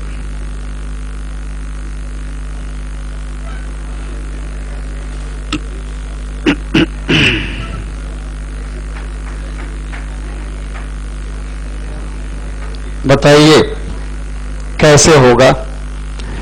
Cylindrical container में ऊपर का क्रॉस सेक्शन यूनिफॉर्म है, रेडियस है 0.9 मीटर, नीचे नैरो होके क्रॉस सेक्शन यूनिफॉर्म फिर हो गया, रेडियस है 0.3 मीटर. बॉटम पे कैपिलरी ट्यूब लगाया है, आउटर रेडियस 0.02 मीटर है, इनर रेडियस ए है. कैपिलरी ट्यूब का लेंथ तो नहीं गिवन है, लेकिन ए स्क्वायर बाय एल गिवन है, पाई ए स्क्वायर गिवन है. जब कैपिलरी ट्यूब आप नहीं हटाते हैं और ऊपर प्रेशर P लगाते हैं, प्रेशर P क्या एटमॉस्फेरिक प्रेशर ही होगा वो, और कौन सा प्रेशर होगा, आप क्या लगाएंगे वो, क्योंकि पिस्टन स्टोर मैंने सोचा था ऐसा कुछ जिक्र है नहीं. ऊपर प्रेशर P होता है, तो ऊपर प्रेशर P होगा तो यहां भी प्रेशर क्या होगा, P होगा. P का वैल्यू भी नहीं दिया है, तो वो एटमॉस्फेरिक प्रेशर की बात कर रहे हैं कि ऊपर प्रेशर P लगाएंगे तो यहां भी वही होगा प्रेशर, वो तो एयर ही प्रेशर लगाएंगे, हम आप क्या लगाएंगे. तो जब ऊपर प्रेशर P लगाते हैं तो कैपिलरी ट्यूब से जो वॉल्यूम पर सेकंड बाहर आता है वो 8 into 10⁶ मीटर क्यूब पर सेकंड है. और जब कैपिलरी ट्यूब उखाड़ के फेंक देते हैं कि नहीं तेरी नीड नहीं है, तब जिस वेलोसिटी से लिक्विड बाहर आता है वो वेलोसिटी 10 मीटर पर सेकंड है. तो कोफिशिएंट ऑफ विस्कोसिटी ईटा क्या रहा होगा. देखिए आपके लिए तरीका यह है कि यहां पे volume flowing per time dV by dt, capillary tube के लिए वॉल्यूम फ्लोइंग पर टाइम क्या था, pi delta P R to the power 4 upon 8 eta L. लेकिन R to the power 4 की जगह हमें क्या लिखना चाहिए, A to the power 4, capillary tube का इनर रेडियस तो एक है ना उन्होंने, तो dv अपॉन dt ये है pi delta P A to the power 4 upon 8 eta L. dv upon dt दिया कितना इन्होंने, dv अपॉन dt है आपका 8 इंटू 10 टू द पावर -6, तो ये 8 इंटू 10 पावर -6 पाई।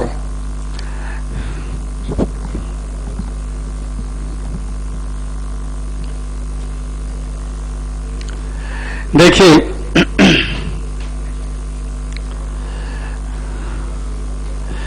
यहां पर ए स्क्वायर बाय एल गिवन है, A square by L given है और साथ साथ क्या गिवन है, पाई स्क्वायर तो सब दिया ही है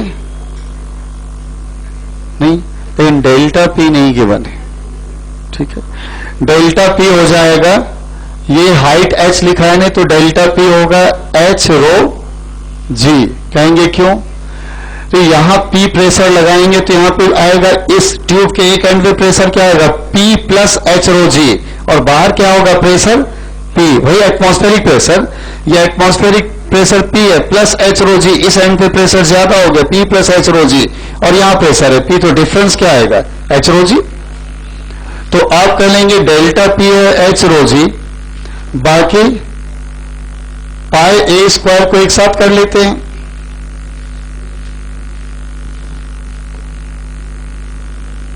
ए स्क्वायर बाय एल को एक साथ कर लेते हैं, डिवाइडेड बाय 8 ईटा।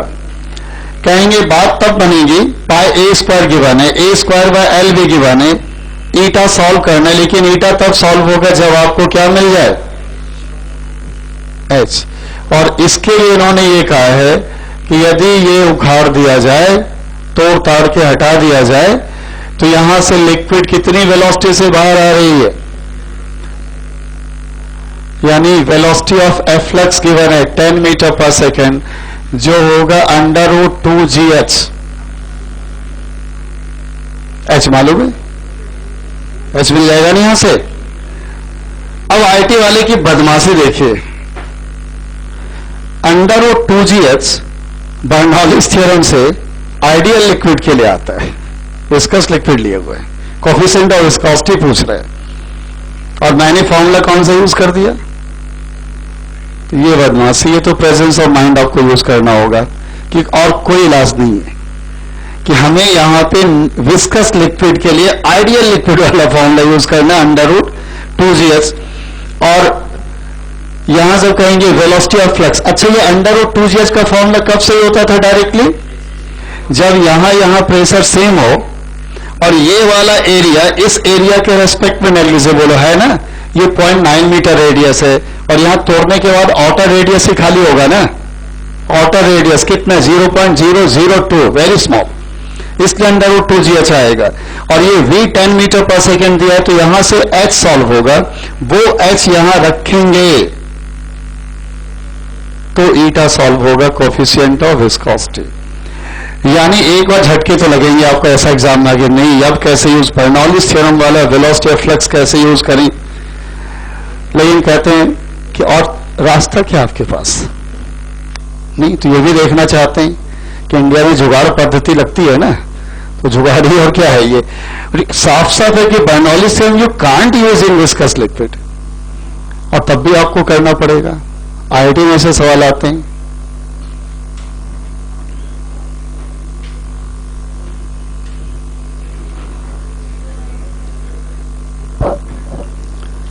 देखिए प्रॉब्लम नंबर है, अब ये फिर ये तो 2003 का सवाल था, एक 2000 का सवाल देखिए।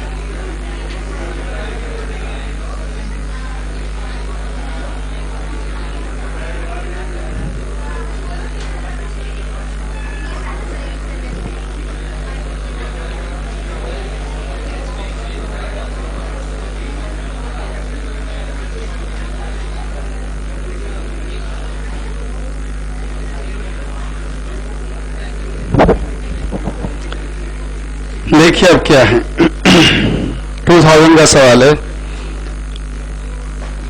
ए uniform solid cylinder of density 0.8 gram per centimetre cube. ये सिलेंड्रिकल बॉडी है, यूनिफॉर्म यानी cross section area throughout same. A uniform solid cylinder of density 0.8 gram per centimetre cube. तो ये सिलेंड्रिकल बॉडी की डेंसिटी गिवन है. Floats in equilibrium in a combination of two non mixing liquid A and B. दो liquid A and B जो mix नहीं हो सकता उसमें ये फ्लोट कर रहा है. The density of liquid A 0.7 gram per centimetre cube. Cylindrical block की डेंसिटी है 0.8 ग्राम पर सेंटीमीटर क्यूब और लिक्विड ए की डेंसिटी है 0.7 ग्राम पर सेंटीमीटर क्यूब और बी की डेंसिटी है बी की पॉइंट में नहीं 1.2 ग्राम पर सेंटीमीटर क्यूब. तो बॉडी की density 0.8 gram per centimetre cube, liquid A की density 0.7 gram per centimetre cube और बी की density 1.2 gram per centimetre cube. The height of liquid A is HA. Liquid A की height जो है HA equals to 1.2 centimetre. HA क्या figure में marked है, तो A की हाइट जो HA है 1.2 सेंटीमीटर है. नीचे कितना, अच्छा उल्टा लिख गया मैं, हाँ HA इधर HB उधर लिख गया.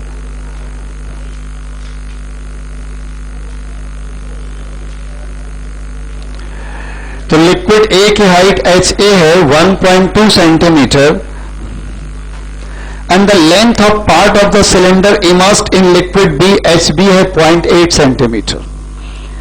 HA है 1.2 सेंटीमीटर, HB है 0.8 सेंटीमीटर. अब देखिए क्या क्या पूछा गया है. 3 पार्ट है इसमें. पहला part, find the total force exerted by liquid A on the cylinder. समझा चुका हूं. Find the total force exerted by liquid A on the cylinder. 0 समझाया था ना, साइड से फोर्स ऑफ बैलेंस हो जाएगा. जिस साल आया था लोगों ने फोर्स ऑफ बैलेंस से लिख के आ गए, ए के लिक्विड का कितना वेट हटाया, फोर्स ऑप्शन में भी था, टिक कर दिया. एक तो सॉल्व बड़ी मुश्किल से होता है, ऑप्शन मैच कर जाए नहीं फिर तो कहेगा डाउट. तो ये पहला पार्ट है, find the total force exerted by liquid A on the cylinder. 0 solve भी नहीं करना है, साइड से फोर्स बैलेंस हो जाएगा. Find H the length of part of the cylinder in air. Cylinder का कितना हिस्सा एयर में होगा ये आपको बताना है. H कैसे, फ्लोटिंग इक्विलिब्रियम में फोर्स बैलेंस करा दीजिए. देखिए फोर्स में क्या क्या होगा. देखिए इसका वेट डाउनवर्ड, क्या लिखेंगे, area of cross section A मान लेते हैं. इसका area of cross section A मान लेते हैं, आंसर में नहीं आएगा, परेशान नहीं होना है. Area of cross section A है और इसकी हाइट कितना है, HA plus HB plus H into body की डेंसिटी D इंटू G, ये वेट हो गया. मैंने ये तो वॉल्यूम लिखा है सिलेंडर का ना, सिलेंडर का वॉल्यूम है area A into HA plus HB plus H into cylinder की density D into G, weight. और वेट क्या होगा, वेट होगा जो इसके लिए नीचे से फोर्स एक्ट करेगा उससे बैलेंस होगा. नीचे से कितना फोर्स एक्ट करेगा, फोर्स ऑफ बायंसी, और कितना होगा, वेट को फोर्स ऑफ बायंसी से बैलेंस कराइए. फोर्स ऑफ बायंसी होगा इसका डिस्प्लेस्ड लिक्विड और ये दोनों डिस्प्लेस्ड लिक्विड का वेट. तो इसके लिए क्या होगा, HA into A into rho AG plus HB into A into rho BG. दोनों फोर्स ऑफ बायंसी को ऐड कर दिया, बैलेंस करा दीजिए. A कॉमन है, कैंसिल हो जाएगा, G कॉमन है, कैंसिल होगा. तो A और G कॉमन है, कैंसिल होगा. HA HB गिवन है, रो A रो B गिवन है, DV गिवन है, तो H सॉल्व हो जाएगा. कितना वो बाहर रहा होगा. अच्छा एक लॉजिकल बात सुनिए, कि आप गौर करिए बॉडी की डेंसिटी कितनी है, 0.8 ग्राम पर सेंटीमीटर क्यूब, और वो लिक्विड ए की डेंसिटी से ज्यादा है, तभी तो ए में पूरी तरह से डूब गया, लेकिन बी में नहीं डूब पाया पूरी तरह से, क्योंकि बी की डेंसिटी बॉडी की डेंसिटी ज्यादा है। यह भी ध्यान रखा गया कि जो हैवियर लिक्विड है वो नीचे सेटल किया है, बी नीचे तो उसकी डेंसिटी ज्यादा रही होगी, ए ऊपर है तो उसकी डेंसिटी कम। ये तो नेचुरली आप नीचे ए रखेंगे तो भी धक्का मार के क्या होगा, बी नीचे जाएगा, एक ऊपर कर देगा वो। खैर, अब देखिए सी पार्ट, तीसरा part, the cylinder is depressed in such A way that its top surface is just below the upper surface of liquid. अब हाथ लगा के इसे दबाइए, इतना दबाइए कि ये सरफेस ए के जस्ट बिलो आ जाए, यानी ऑलमोस्ट यहीं आ जाए, जस्ट बिलो कह रहे हैं, इतना दबाइए कि ये लिक्विड ए के सरफेस के जस्ट बिलो आ जाए, and then released. Find the exploration of cylinder immediately after its release. जैसे रिलीज करेंगे क्या एक्सप्लोरेशन होगा, एक्सप्लोरेशन तो होगा ही। अभी इक्विलिब्रियम में जबरदस्ती दबाएंगे तो और ज्यादा लिक्विड हट जाएगा ना, और ज्यादा लिक्विड हटेगा तो फोर्स ऑफ बायंसी बढ़ जाएगा ना, फोर्स ऑफ बायंसी बढ़ जाने से क्या होगा, रिजल्टेंट फोर्स अपवर्ड होगा। अब एक चालाकी करेंगे आप, नहीं तो फालतू में आपका टाइम खर्च होगा। लोग क्या करते हैं कि इसको नीचे ला करके फिगर बनाएंगे, फालतू नहीं, क्या करेंगे लोग, अभी आप भी करेंगे, कभी करिए, सॉल्व यही करेंगे आप, इसको नीचे ला के फिगर बनाएंगे, फिर सारा फोर्स दिखाएंगे कि weight M G downward, force of buoyancy upward, फिर घटाएंगे, फोर्स ऑफ बायंसी ज्यादा है, वेट कम है, रिजल्टेंट आएगा, रिजल्टेंट फोर्स को क्या करेंगे, मास से डिवाइड करेंगे। कुछ ना करिए, सिंपल ये है कि इस वक्त जो फोर्स ऑफ बायंसी वो तो वेट को बैलेंस किए हुए हैं, तो इसको इतना दबाने से इसका जो एक्स्ट्रा वॉल्यूम हटेगा, सिर्फ इसका एक्स्ट्रा वॉल्यूम हटेगा, इसका वॉल्यूम जितना हटा था उतना ही हटा रहेगा। इसको नीचे दबाने से इसका जो एक्स्ट्रा वॉल्यूम हटेगा, उसके कारण जो एक्स्ट्रा फोर्स ऑफ बायंसी होगा वही अनबैलेंस फोर्स है, वही रिजल्टेंट फोर्स है। सिलेंडर के मास से डिवाइड कर देंगे, ये मिल जाएगा। पूरे लिखने क्या नीड है, अभी तो सब बैलेंस्ड है, इस वक्त तो वेट फोर्स ऑफ बायंसी से बैलेंस्ड है ना, तो इसको दबाने से ये वाला लिक्विड एक्स्ट्रा हटेगा, ये तो जितना हटा उतना ही हटा रहेगा। तो इसे दबाने से ये जो एक्स्ट्रा लिक्विड हटेगा, वो एक्स्ट्रा हटे लिक्विड का वेट, यानी एक्स्ट्रा फोर्स ऑफ बायंसी, वो रिजल्टेंट फोर्स है, डिवाइडेड बाय सिलेंडर का मास आपको मिल जाना। तो एक्स्ट्रा फोर्स ऑफ बायंसी देखिए क्या आएगा, एक्स्ट्रा फोर्स ऑफ बायंसी आएगा H A into rho B G, यही ना, यही तो एच इधर आ जाएगा अंदर, तो H into A extra volume into rho B into G, और इसी को डिवाइड कर देंगे सिलेंडर के मास से, क्या है H plus H A plus H B into D. Cylinder का मास 8 हुआ, ए भी रहेगा, ये हम कैंसिल हो जाएगा, वैसे एक की चिंता ना करें। तो ये आएगा एक्सप्लोरेशन, कितने एक्सप्लोरेशन से ये जैसे रिलीज करेंगे ऊपर उठना स्टार्ट करेगा, वो आप ऐसे फाइंड कर सकते हैं।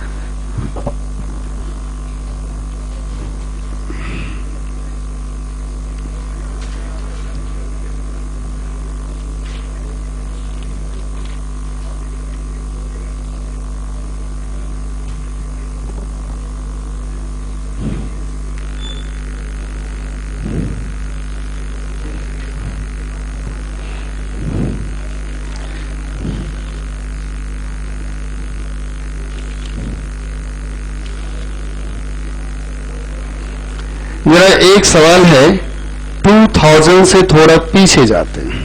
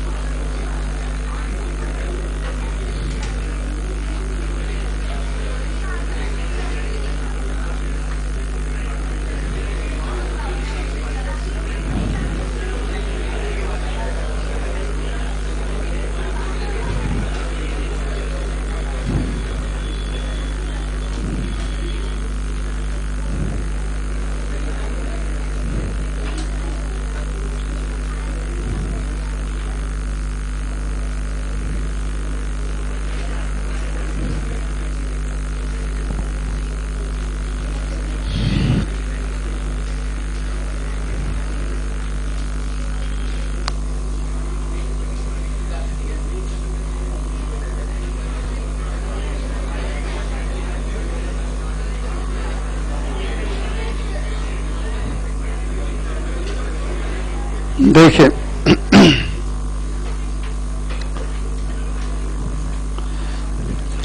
इन non viscous liquid of constant density, uniform density लिखा, आईआईटी वाले का वर्ड है, क्या कर सकते हैं। तो non viscous liquid of constant density यानी uniform density 1000 kilogram per metre cube flows in streamline motion along a tube of variable cross section. The tube is kept inclined in a vertical plane as shown in the figure. The area of cross section of tube at 2 points P and Q at heights 2 meter and 5 meter are respectively 4 into 10 to minus 3 meter square and 8 into 10 to minus 3 meter square. The velocity of liquid at a point P is 1 meter per second. Find the work done per unit volume by the pressure and the gravity forces as the fluid flows from point P to Q. ये सवाल है। तो ये incline tube है, सुन लीजिए पूरा sentence, आप ध्यान से कहाँ सुने होंगे, आप तो फिगर बना रहे थे। तो ये इंक्लाइन ट्यूब है, इंक्लाइन ट्यूब में जो लोअर एंड है क्रॉस सेक्शन पी वाला एंड, ये है हॉरिजॉन्टल से 2 मीटर हाइट पे, अपर एंड है क्यू हॉरिजॉन्टल से 5 मीटर हाइट पे। पी पे जो क्रॉस सेक्शन एरिया है, पी पे क्रॉस सेक्शन एरिया आपका कितना है 4 into 10 to the power minus 3 metre square, 4 into 10 power minus 3 metre square. और क्यू पे क्रॉस सेक्शन एरिया इसी का डबल है 8 into 10 power minus 3 metre square.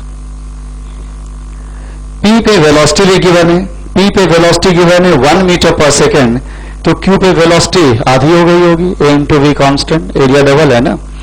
तो पी पे वेलोसिटी है 1 मीटर पर सेकेंड, तो क्यू पे वेलोसिटी आधी हो जाएगी। अब ये भी कह रहे हैं कि लिक्विड को नीचे से ऊपर जाना है पी से क्यू, और नीचे से ऊपर पी से क्यू ले जाएंगे, तो बताइए प्रेशर ने कितना वर्क किया होगा पर यूनिट वॉल्यूम अलग, और ग्रेविटेशनल फोर्स यानी फोर्स ऑफ ग्रेविटी, अर्थ का gravitational force, force of gravity ने कितना वर्क किया होगा पर यूनिट वॉल्यूम, ये अलग बता रहा है, दोनों अलग अलग, टोटल नहीं, separately. Work due to pressure per unit volume, work due to force of gravity per unit volume, और वो पी से क्यू जाने में। लिक्विड की डेंसिटी गिवन है 1000 kilogram per metre cube. IIT JEE का सवाल 1997 का है। अब देखिए प्रेशर एनर्जी का क्या डेफिनेशन था। प्रेशर एनर्जी का डेफिनेशन था work perform by pressure per unit volume. फिर ग्रेविटेशनल फोर्स का वर्क पर यूनिट वॉल्यूम क्या होगा, ग्रेविटेशनल फोर्स कंजर्वेटिव फोर्स है, ग्रेविटेशनल फोर्स कंजर्वेटिव फोर्स है, ग्रेविटेशनल फोर्स जो वर्क करेगा पर यूनिट वॉल्यूम वो कितना होगा, change in gravitational potential energy with negative sign, वही ना। तो वही सॉल्व करते हैं, सबसे आसान वही दिख रहा है। तो वर्क ड्यू टू ग्रेविटेशन जो होगा change in gravitational potential energy with negative sign.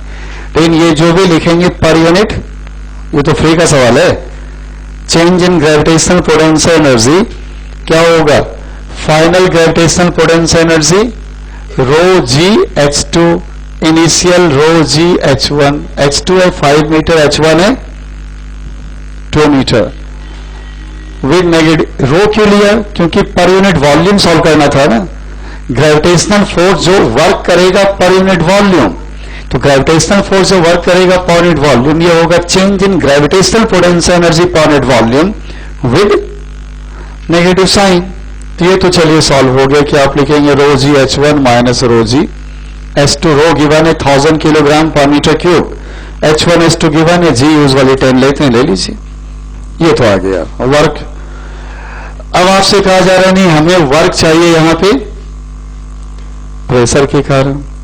बताइए बर्नौलीज थ्योरम में कौन कौन सा फोर्स वर्क करता है, प्रेशर एंड ग्रेविटेशन, यही तो दो करता है। टोटल वर्क होता है चेंज इन काइनेटिक एनर्जी। तो टोटल वर्क मालूम है क्योंकि चेंज इन काइनेटिक एनर्जी मालूम है, ग्रेविटेशनल फोर्स का वर्क मालूम है तो प्रेशर का वर्क ऐसे ही सॉल्व हो जाएगा। Total work per unit volume, total work per unit volume होगा change in kinetic energy, total work per unit volume होगा प्रेशर के कारण वर्क और ग्रेविटेशनल फोर्स के कारण वर्क। तो total work per unit volume तो प्रेशर के कारण वर्क प्लस ग्रेविटेशनल फोर्स के कारण वर्क, और चेंज इन काइनेटिक एनर्जी होगा half rho v2 square minus half rho v1 square. सब पता है कि यहां पे वेलोसिटी v1 है 1 मीटर पर सेकेंड, यहां पे वेलोसिटी v2 है कितना 2 मीटर पर सेकेंड, नहीं half metre per second. Principle of continuity से एरिया डबल है ना, तो बताइए ये वाला वर्क आपको पता ही है, ये वर्क यहां रख दीजिए, ये सॉल्व हो जाएगा।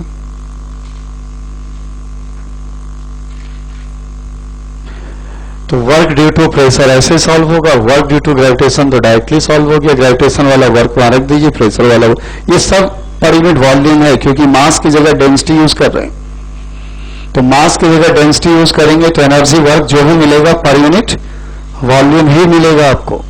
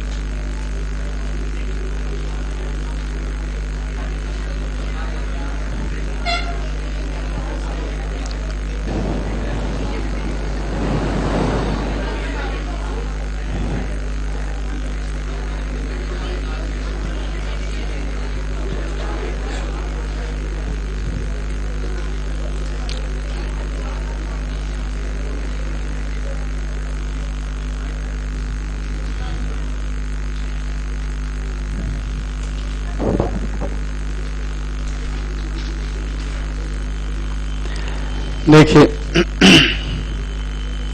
एक लाइन का सवाल आप लोग सॉल्व करेंगे। कंटेनर है और इसके ऑपोजिट वॉल पे, कंटेनर के ऑपोजिट वॉल पे दो आपने होल किए हैं और दोनों होल में हाइट का डिफरेंस क्या है, h है। होल का एरिया, दोनों होल का एरिया s है और ये जो कंटेनर का एरिया है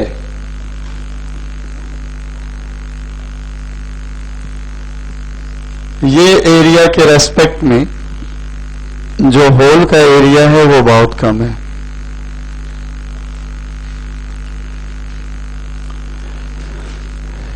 तो होल का एरिया S है, कंटेनर के एरिया के रेस्पेक्ट में एरिया बहुत कम है, लिक्विड की डेंसिटी रो है। आपसे पूछा जा रहा है कि जब आप इन दोनों होल को एक साथ ओपन कर देंगे तो आपको बताना है कि कंटेनर पे कितना थ्रस्ट एक्ट करेगा जो कंटेनर को आगे या पीछे स्लाइड कराना चाहेगा on frictionless flow. Thrust acting on the container. और जैसे से लिक्विड बाहर आएगा ये थ्रस्ट घटेगा, बढ़ेगा या कांस्टेंट रहेगा। ये भी बताना है।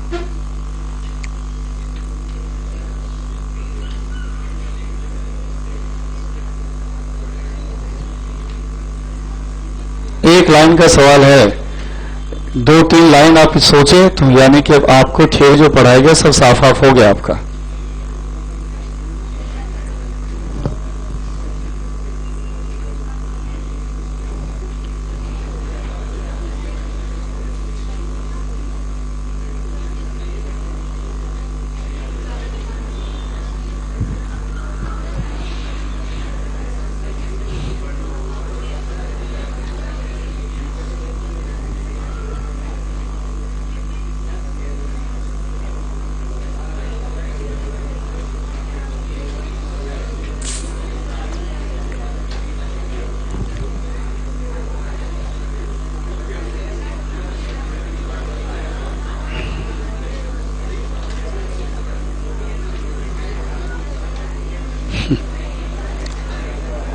बातचीत करने से नहीं फुर्सत है, दिक्कत है।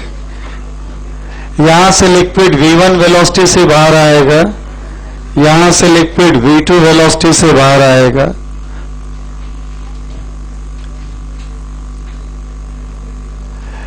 फिर ये हाइट हम मान लेते हैं h1 गिवन नहीं है, ये डेप्थ मान लेते हैं h2 गिवन नहीं है, तो ये V1 हो जाएगा √2gh1, V2 हो जाएगा √2gh2। थ्रस्ट का फॉर्मूला होता था A रो V स्क्वायर, यही होता था ना, बताया गया था। लिक्विड यदि इधर बाहर आ रहा है तो यहां पे थ्रस्ट जो लिखेंगे F1 ऐसे होगा, और यहां लिक्विड इधर बाहर तो थ्रस्ट F2 ऐसे होगा, लिक्विड के इजेक्शन के ऑपोजिट डायरेक्शन में। तो F1 क्या होना है, A की जगह S रो V1 स्क्वायर, F2 होगा S रो V2 स्क्वायर।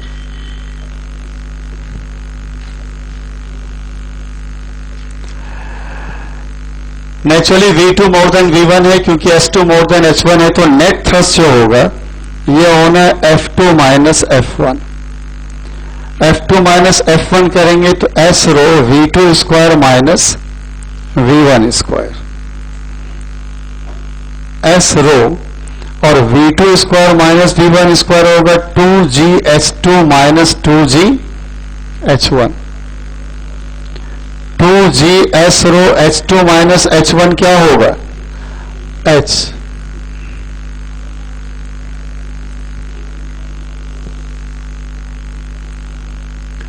यानी जैसे जैसे लिक्विड यहां से फ्लो आउट को खाली होगा, H1 घटेगा, H2 घटेगा, लेकिन जो डिफरेंस होगा वो H2 माइनस H1, H तो कांस्टेंट है, तो थ्रस्ट कांस्टेंट रहेगा और ये इतना होगा।